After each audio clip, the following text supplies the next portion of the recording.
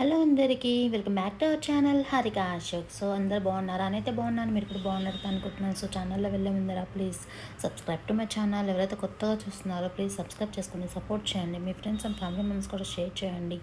Subscribe చేసుకోమని చెప్పండి అంతే. అలాగే పక్కన ఉన్న బెల్ ఐకాన్ క్లిక్ చేయడం మాత్రం మర్చిపోకండి. ఎప్పుడైనా నేను వీడియో పెట్టినా కూడా మీకు నోటిఫికేషన్ అయితే వచ్చేస్తుంది.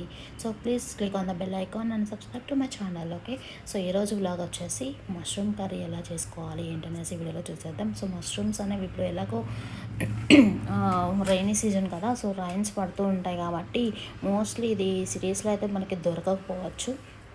ఇవి పల్లెటూర్లో అయితే బాగా దొరుకుతాయి. కాకపోతే మేము ఇప్పుడు ప్రజెంట్ హైదరాబాద్లో ఉంటున్నాం కదా, బట్ ఎందుకో తినాలనిపించింది. సో ఇంకా డిమార్ట్కి వెళ్ళేసి అక్కడ తీసేసుకొని వచ్చేసాము. ఒక ప్యాకెట్ వచ్చేసి 45 రూపీస్ అట్లా పడింది. సో ఈ చిన్నవి అయితే మేము సెలెక్ట్ చేసుకొని తీసుకొని వచ్చాము. సో దాన్ని ఎలా చేసుకోవాలి ఏంటనేది చూసేద్దాం. ముందుగా అయితే మనము వీటిని అయితే వాష్ చేసి అయితే పెట్టుకోవాలి. నీట్గా వాష్ చేసి పెట్టుకోవాలి. కొంచెం పెద్దగా ఉంటుంది, దాన్ని హాఫ్ అయితే చేసేసాను. నేను హాఫ్ చేసేసి అలా పీసెస్ కట్ చేసుకొని పెట్టేసుకున్నాను. సో వీటికైతే ముందుగా ఆనియన్స్, టమాటా, పచ్చిమిర్చి అయితే కట్ చేసి పెట్టుకోవాలి. చిన్న చిన్న పీసెస్కి అయితే ఆనియన్స్ నేను చాప్ చేసి పెట్టుకొని తాలింపు వేసేసాను. అండ్ అల్లం పేస్ట్ కూడా కొంచెం యాడ్ చేసుకోవాలి.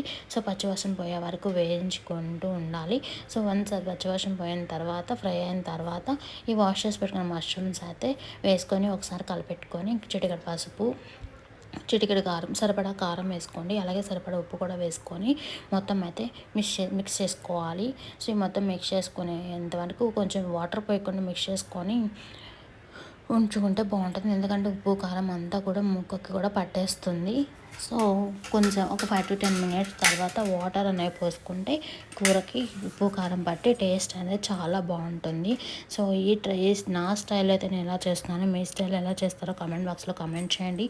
అలాగే నా ప్రాసెస్ కనుక మీకు నచ్చితే ప్లీజ్ ఫాలో చేయండి. అలాగే లైక్ చేయండి.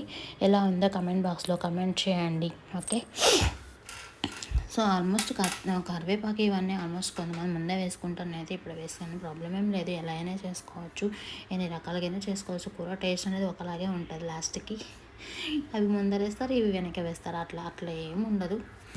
సో ప్రాసెస్ అయితే అదే అనమాట. సో నెక్స్ట్ ఇప్పుడు మొత్తం మిక్స్ అయిపోయింది కదా, సో మొత్తానికి పట్టేసింది ముక్కకి ఉప్పు కారం అంతా. ఇప్పుడు కొంచెం వాటర్ పోసుకొని అయితే కలిపెట్టేసుకొని, ఎక్కువ వాటర్ పోస్తే ఏంటంటే పులుసుగా అంత టేస్ట్ అయితే రాదనమాట. మొత్తం కొంచెం వాటర్ అయితే పోసుకొని కలిపెట్టేసుకుందాము. నేను చేస్తూ ఉంటే మా హస్బెండ్ వీడియో తీస్తూ ఉంటారు. ఒక్కొక్కసారి ఆయనకి కుదిరిన టైంలో అయితే నేనే వీడియో తీసుకుంటూ నేనే చేస్తూ ఉంటాను. మోస్ట్లీ ఏదో ట్రై చేస్తున్నాను. ప్లీజ్ సపోర్ట్ చేయండి. నా వీడియోస్ కనుక మీకు నచ్చినట్లయితే లైక్ చేయండి, సబ్స్క్రైబ్ చేసుకోండి. సో లాస్ట్లో కొంచెం ముక్క అవన్నీ ఉడికేసిన తర్వాత అల్లం పేస్ట్, గరం మసాలా యాడ్ చేశాను నేను.